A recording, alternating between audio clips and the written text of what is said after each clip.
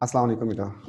Last class में जो है हमने फैराडे लॉ को इंट्रोड्यूस करवाया था और उसमें जो है हमने देखा था कि इस तरीके से न्यूमेरिकल को सॉल्व करना होता है। तो हमने नंबर वन केस में जो है पहले क्वेश्चन में हमने एक फार्मूला डिराइव कर लिया था।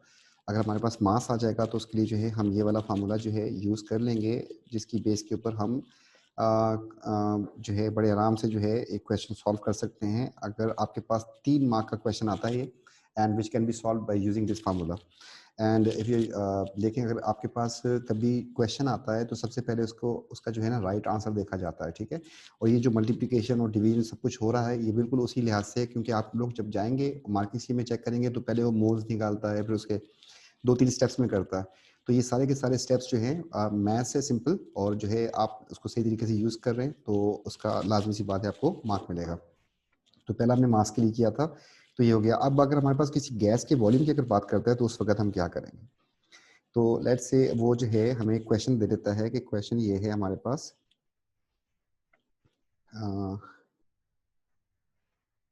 During electrolysis of dilute H2SO4,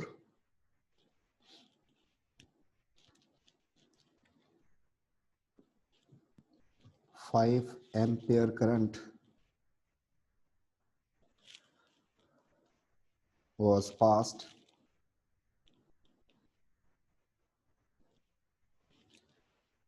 for 2 hours।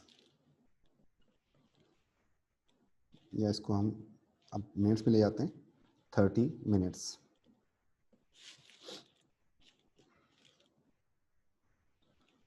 Part A, find volume of hydrogen gas produced, and B, find volume of oxygen gas produced। तो ये दो इसने क्वेश्चन उठा के देते हैं यहाँ पर। इसमें जो है अगर हम सोल्यूशन करने जाते हैं इसका,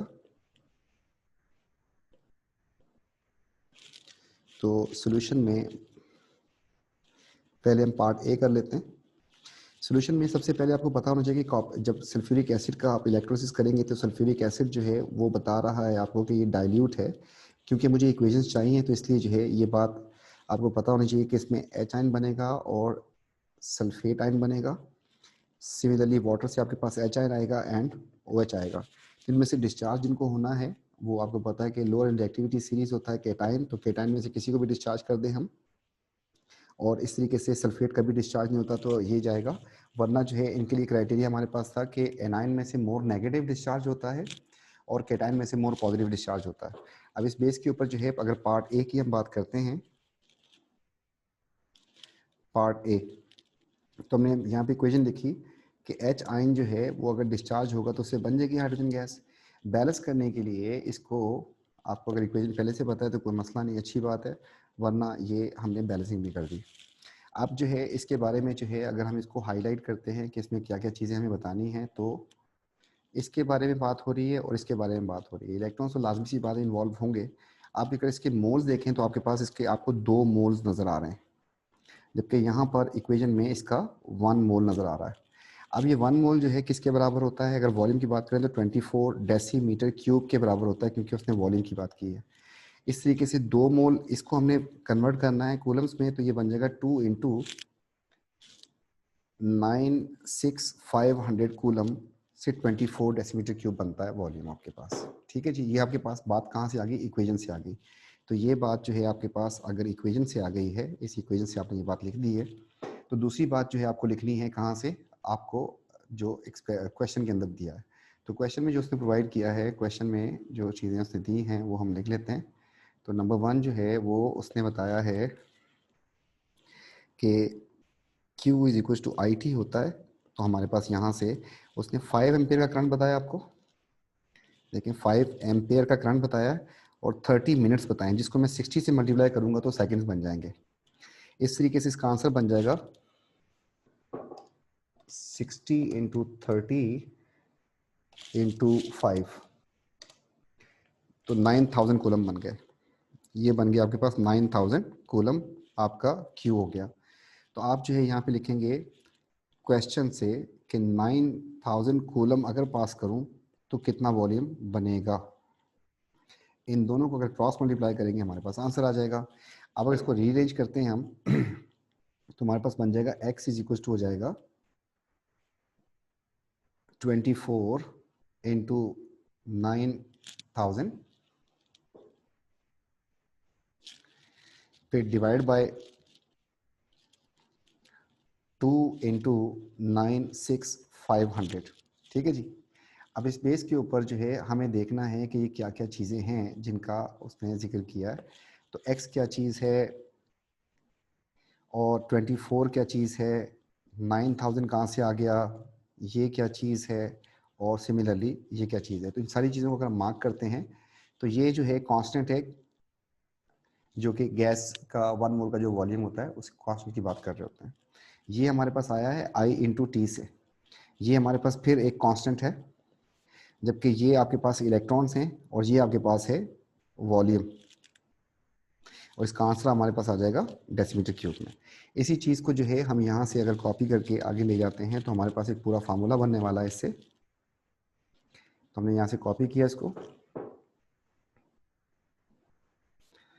और जो है यहाँ पे हम इसको पेस्ट कर देते हैं।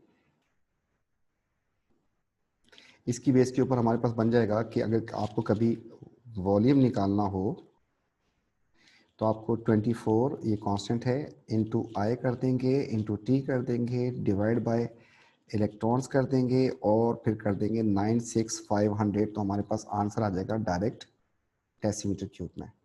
तो इस बेस के ऊपर हम इस क्वेश्चन को सॉल्व कर सकते हैं। अपेरेंटली ऊपर भी सॉल्व कर सकते थे, लेकिन मैं फार्मूला जो है डिराइव करने की कोशिश कर रहा था, तो यहाँ पे जो है हमारे पास जो है फार्मूला जो है इसका वो डिराइव हो जाए। अच्छा, अब इसके बाद जो है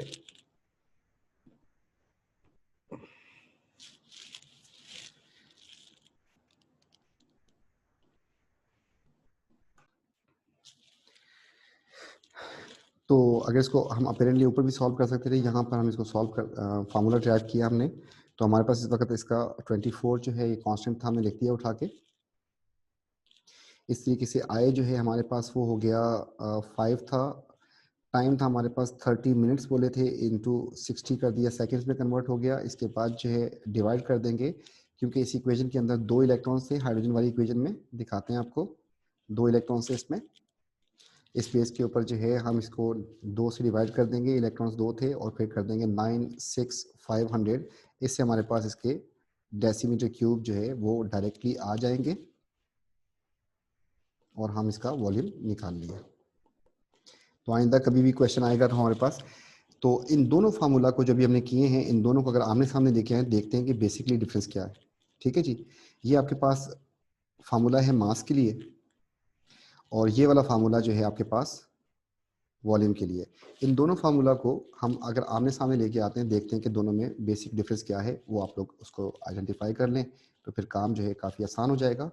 तो नंबर 1, एक फार्मूला हमारे पास मास के लिए है, और एक फार्मूला जो हमारे पास वॉल्यूम के लिए। इन दोनों फार्मूला में जो बेसिक डिफरेंस आता है उसको देख लेते हैं। तो यहाँ पे हमने लिखा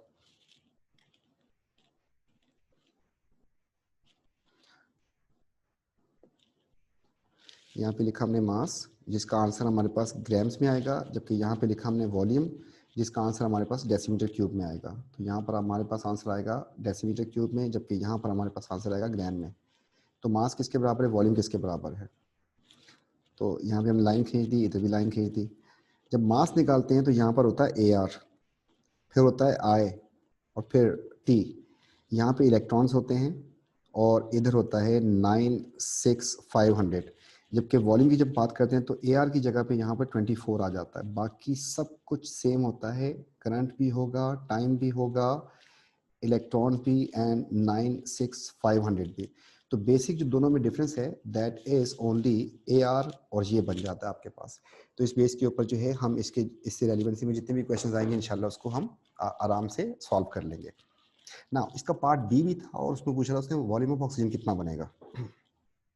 देखें क्वेश्चन, इसने कहा कि हाइड्रोजन का वॉल्यूम पहले निकालें, और फिर जो है वॉल्यूम ऑफ ऑक्सीजन कितना बनेगा। तो इसको मैं अगर सॉल्व करूं तो मेरे पास जो इसका आंसर आ जाएगा मेरे पास 24 इंटू 5 इंटू 30 इंटू 60 एंड फिर divide by 2 and divide by 96500।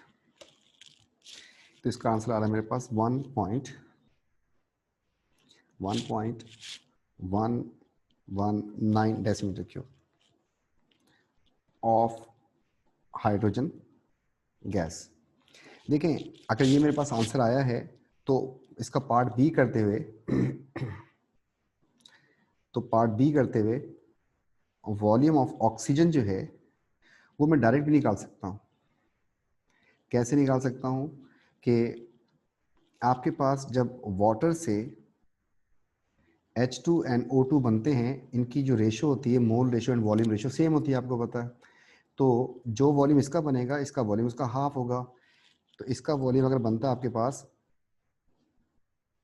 2 मोल, तो इसका बनेगा 1 मोल। या फिर 48 डेसीमीटर क्यूब अगर इसका वॉल्यूम बनेगा तो इसका बनेगा आपके पास 24 डेसीमीटर क्यूब। इसलिए तो एक काम तो हम ये कर सकते हैं कि हमारे पास जो आंसर आया था वो हो जाएगा 1.119/2, जिसका आंसर बन जाएगा हमारे पास डिवाइड बाय 2, तो 0.559 डेसीमीटर क्यूब ऑफ ऑक्सीजन। एक तो ये था। दूसरा ऑल्टरनेट वे, फार्मूला यूज कर लें। फार्मूला था आपके पास वॉल्यूम का, बल्कि इसकी इक्वेशन चाहिए होगी। तो आपके पास इसमें जो दूसरी चीज़ जानी थी, डिस्चार्ज होनी थी, वो आपके सामने है, OH ने जाना था। तो अगर OH जाएगा आपका, ये OH आयन जो है डिस्चार्ज अगर होगा, तो उसकी इक्वेशन जो है वो आप पीछे से भी उठा के लिख सकते हैं। इसके अलावा जो है आप लोगों ने O लेवल से करते हुए आ रहे हैं तो आपको याद तो है। तो आपने लिखा कि 4OH negative is equal to 2H2O plus O2 plus 4 electron. Again, we have to focus two things here. Number one, this one, and number two, this one. ठीक है जी। अब इस बेस के ऊपर अगर मैं फार्मूला लिखता हूँ डायरेक्ट, तो मेरे पास था वॉल्यूम का फार्मूला था 24 into I into T divide by electrons करना था एंड 96500 करना था। तो यहाँ पर इसका वॉल्यूम निकालने के लिए 24 अपनी जगह पे रहेगा, ये 5 था, ये 30 इंटू 60 था, और इस तरीके से इसको अगर डिवाइड कर देते हैं हम, तो इसमें इलेक्ट्रॉन्स बेटा हो गए हैं आपके पास 4 और फिर 96500। इसका आंसर जो है वो बन जाएगा आपके पास 24 into 5 into 30 into 60 and divide by 4 and divide by 96500. That is 0.559 decimetre cube of oxygen. तो ये जो है फार्मूला को भी यूज़ कर लिया, और जो है एक प्रायर नॉलेज जो थी हमारे पास उसकी बेस पे भी कर लिया कि जब भी हमारे पास हाइड्रोजन बनती है उसका वॉल्यूम जो है इससे डबल होता है। ऐसा क्यों होता है, ये बात हाफ सेल और फुल सेल वाला मामला है यहाँ पर, तो इसकी भी बात आपको समझा के निकलते हैं यहाँ से। तो आपके पास एक इक्वेशन जब थी आपके पास, ये H2SO4 में आपके पास एक H आयन था, एक सल्फेट आयन, फिर वाटर के भी आयन्स आ गए आपके पास। आपने डिसाइड किया किस किस ने डिस्चार्ज होना है, इसने और इसने। इस बेस के ऊपर आपने इक्वेशन लिखी इसकी कि H जो है वो बन जाएगा H2, और ऐसा करने के लिए आपको 2 लगाने पड़ेंगे और 2 इलेक्ट्रॉन्स, तो ये आपका हो गया रिडक्शन। सिमिलरली अगर आप ऑक्सीडेशन की बात करते हैं तो आपका जो है वो उसकी इक्वेशन है 4OH is equal to 2H2O plus O2 plus 4 electrons, and this is oxidation. अब इन दोनों को जब हम ऐड करते हैं तो इसमें इलेक्ट्रॉन्स को बराबर करना होता है। तो ऊपर वाले में 2 इलेक्ट्रॉन्स हैं जबकि यहाँ पर 4 इलेक्ट्रॉन्स हैं। इसका मतलब ये हुआ कि आपको ऊपर वाली इक्वेशन को 2 से मल्टीप्लाई करना पड़ेगा। तो अगर आप इसको 2 से मल्टीप्लाई कर देंगे तो आपके पास ये इक्वेशन बन जाएगी 4H positive, 4 electrons and 2H2। और अब इन दोनों इक्वेशंस को अगर आप ऐड कर देते हैं तो आपके पास इलेक्ट्रॉन इलेक्ट्रॉन से कैंसिल आउट हो जाएंगे। ये यही वाली इक्वेशन जो है यहाँ पे आ गई है। तो इसके बाद आपके पास बच गया यहाँ पर 4OH प्लस, सॉरी इलेक्ट्रॉन के साथ इलेक्ट्रॉन कैंसिल करने थे, हमने थोड़ी सी गलती कर दी।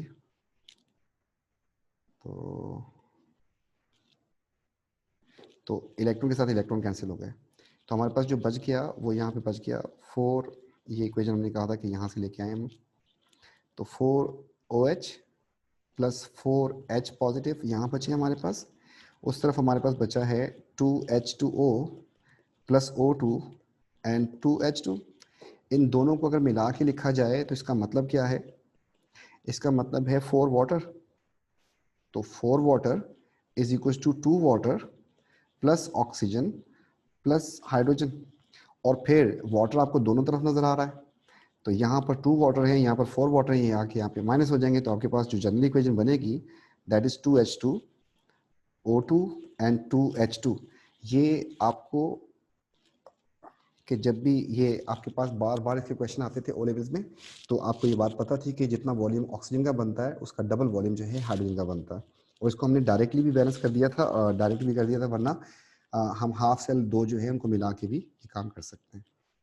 तो इस तरीके से हमारे पास जो है ये क्वेश्चंस हम इनको सॉल्व कर लेते हैं। अब इसकी बेस के ऊपर जो है कुछ क्वेश्चन दिखाते हैं आपको, और देखते हैं कि हम क्या कर सकते हैं उनमें। अब जो है तकरीबन ये चैप्टर एंड है, इसमें सिर्फ हमारे पास एक टॉपिक रह गया दैट इज़ फ्यूल सेल। उसके अलावा जो है सब कुछ कर लिया है, और अब जो है हम इसमें कुछ काम करने की कोशिश करते हैं, तो ये देखते हैं कोई सिंपल क्वेश्चन मिल जाए हमें, ताकि पहली शुरू में कोई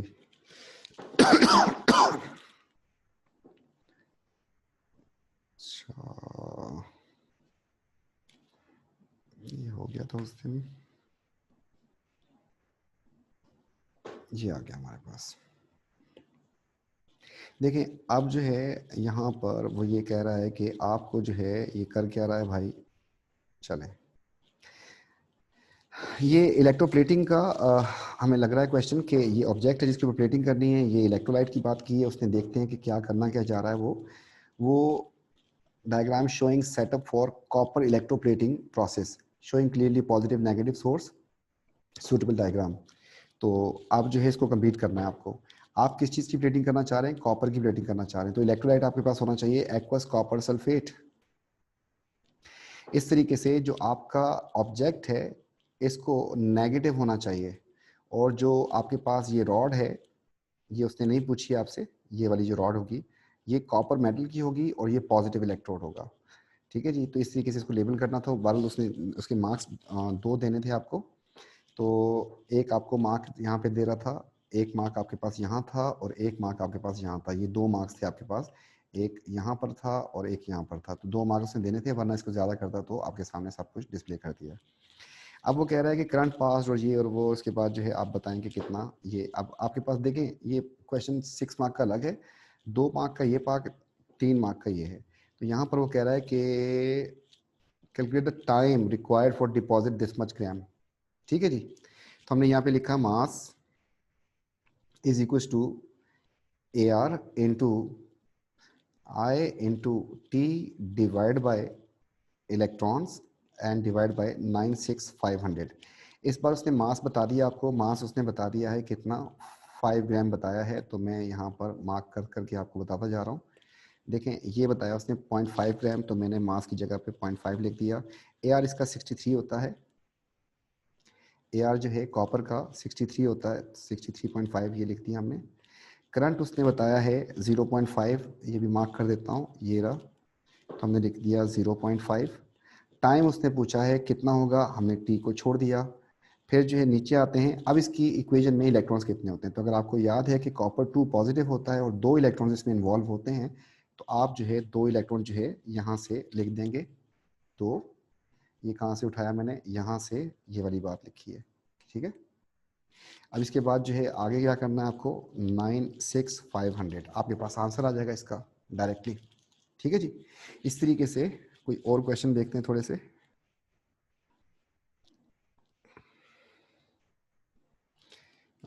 कुछ लग रहा है ये कि फैराडे से रिलेटेड है, चलें देखते हैं इसको।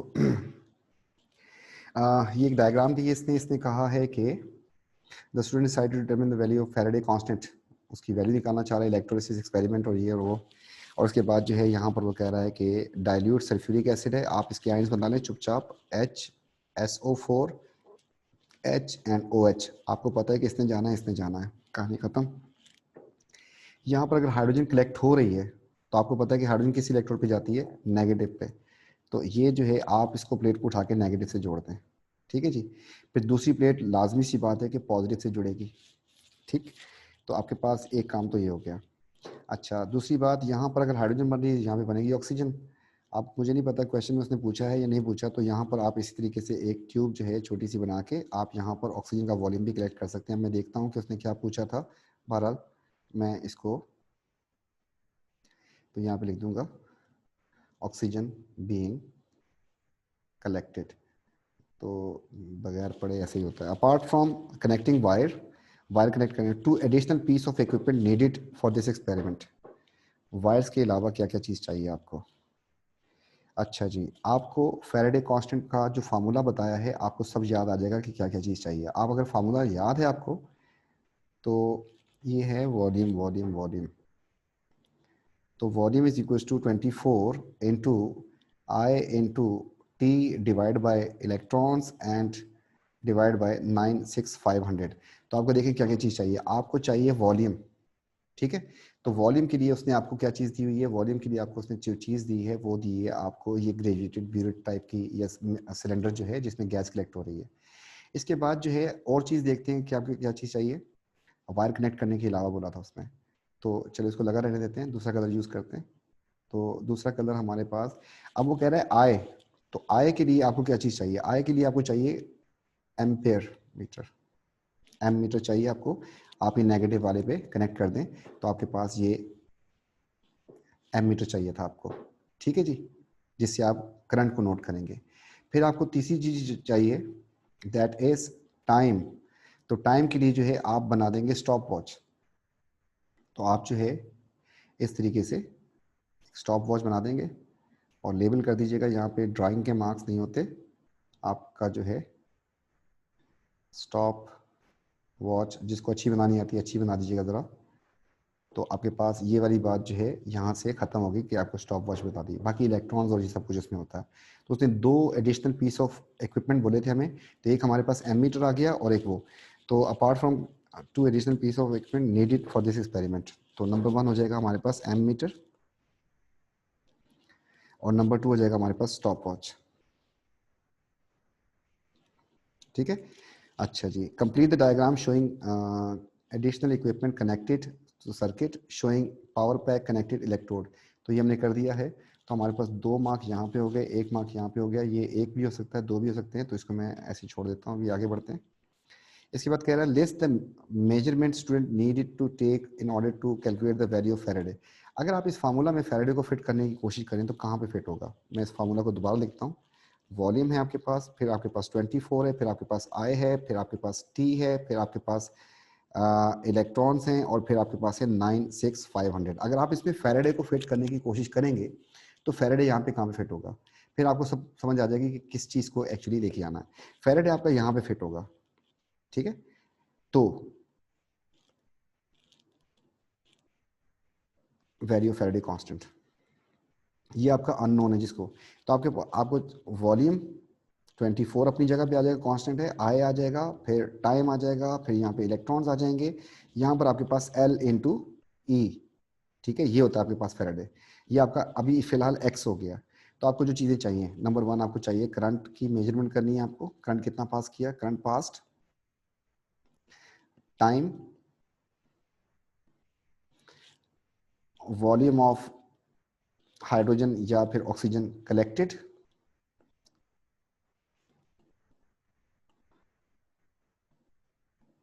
ठीक है। तो ये 3 चीज़ें जो है आपके पास आ रही हैं इसमें, जो आपके पास पैरामीटर्स बन रहे हैं, जिसको आपने करना है कि टाइम चाहिए आपको, करंट चाहिए, और आपको ये चाहिए। ये आप उसके बाद जो है इस एक्स को निकाल सकते हैं। अच्छा जी, इसके बाद कह रहा है कि using equation state relationship between Faraday constant, Avogadro and charge. ये तो हमें खैर बचपन से बताई थी आपको कि 1 फैराडे इज इक्वल टू होता है L इंटू ई, खत्म हो गई कहानी। अच्छा, अब वो कह रहा है कि the student obtain the value Faraday this much coulomb. Use this value in part B to calculate the Avogadro constant और इतने कूलम। पार्ट बी में इसको रखना है। अच्छा जी, फेराडे उसने बता दिए कितने हैं आपको। फेराडे उसने बता दिए 9.63 10 रेज़ टू द पावर 4। और इस तरफ आते हैं, फाइंड क्या करना है, एवोगैड्रो कांस्टेंट, एल छोड़ दें। इलेक्ट्रॉन के ऊपर जो चार्ज होता है 1.6 10 raise to the power -19 coulomb. तो इस तरीके से इसको सॉल्व कर लेंगे, हमारे पास आ जाएगा एवोगैड्रो कांस्टेंट। ठीक है जी, तो एल हो जाएगा हमारे पास 9.63 10 raise to the power 4 divide by 1.6 10 raise to the power -19, और हमारे पास इससे आंसर आ जाएगा। तो इस तरीके से एक दो और क्वेश्चन इसके देख लेते हैं।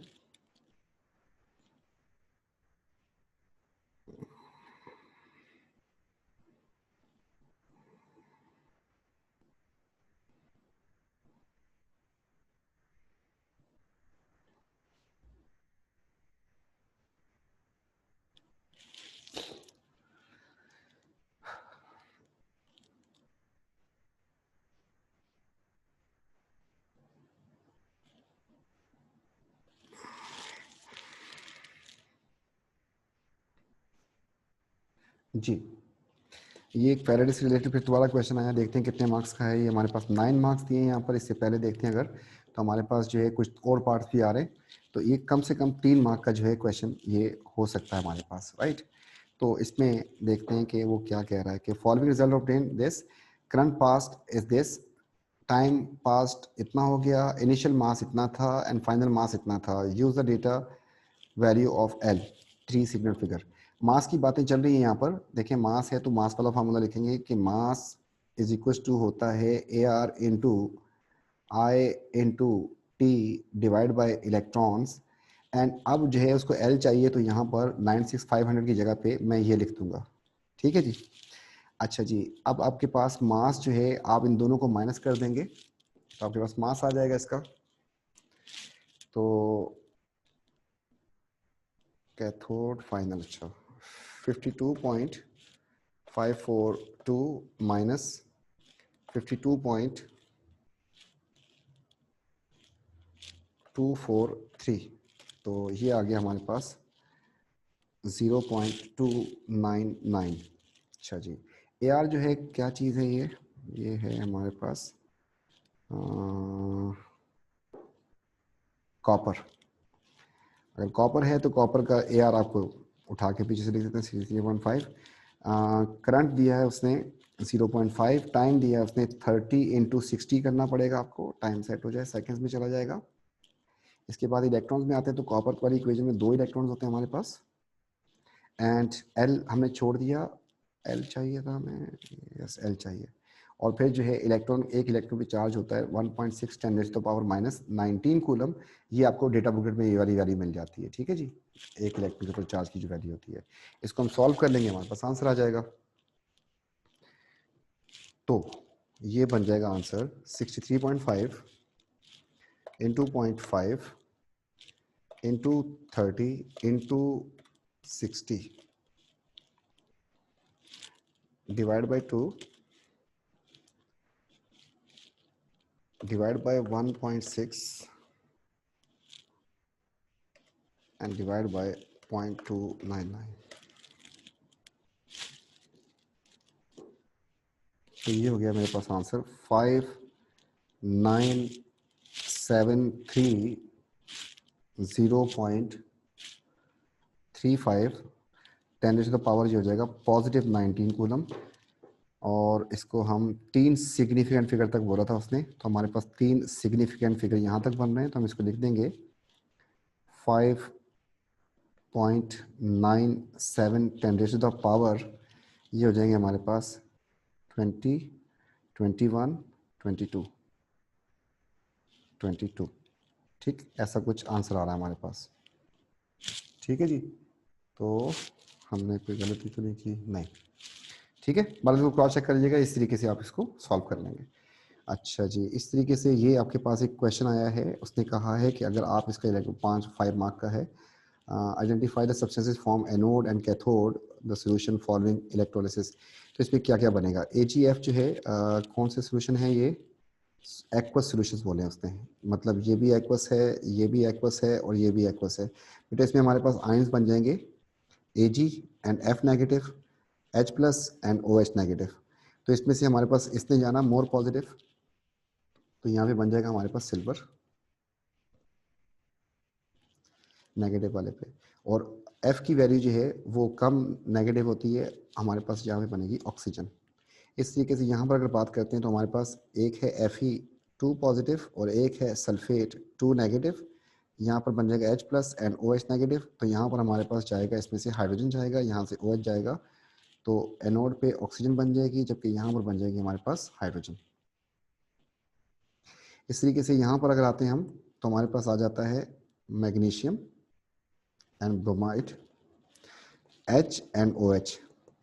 इनमें से जो है दोनों में से एक हाइड्रोजन जाएगा, तो हाइड्रोजन यहाँ पे आंसर हो जाएगा, जबकि इनमें से आपके पास ब्रोमाइड चला जाएगा, तो ब्रोमीन आंसर हो जाएगा हमारे पास। ठीक है, तो ये जो है हमारे पास इसका जो मैंने उठाया है इसको, वो ये था कि आयोडाइड जो है इसको इलेक्ट्रॉन लूज करना है, एंड ब्रोमाइड को इलेक्ट्रॉन लूज करना है, एंड क्लोराइड को इलेक्ट्रॉन लूज करना है। तो आपके पास इनकी रिएक्टिविटी का ऑर्डर ये होता है कि जल्दी से ईस्ट से ये कर देते हैं, बड़ा साइज होता है जल्दी रिमूव कर देगा, तो हाइड्रोक्साइड की वैल्यू जो है वो यहाँ पे काम नहीं करेगी।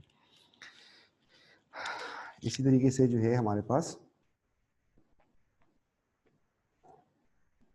तो आप लोग जो है इसके कुछ क्वेश्चंस जो हैं वो आप लोगों को जो इसकी वर्कशीट्स हैं पास पेपर्स हैं वो आप लोग कर लें, तो थोड़ा सा उसको जो है हम डिस्कस कर लेंगे। ये काम ज़रा आसान हो जाएगा, क्लियर हो जाएगा, और देखते हैं अगर कोई एक आध क्वेश्चन मिल जाता है इसका, इससे रेलिवेंसी में। अब हमारे पास एक चीज़ रह गई है और वो छोटी सी चीज़ है कि जो फ्यूल सेल है उसको आपको समझाना है, और बाकी जो है सारा काम तकरीबन डन हो चुका है, कंप्लीट हो चुका है।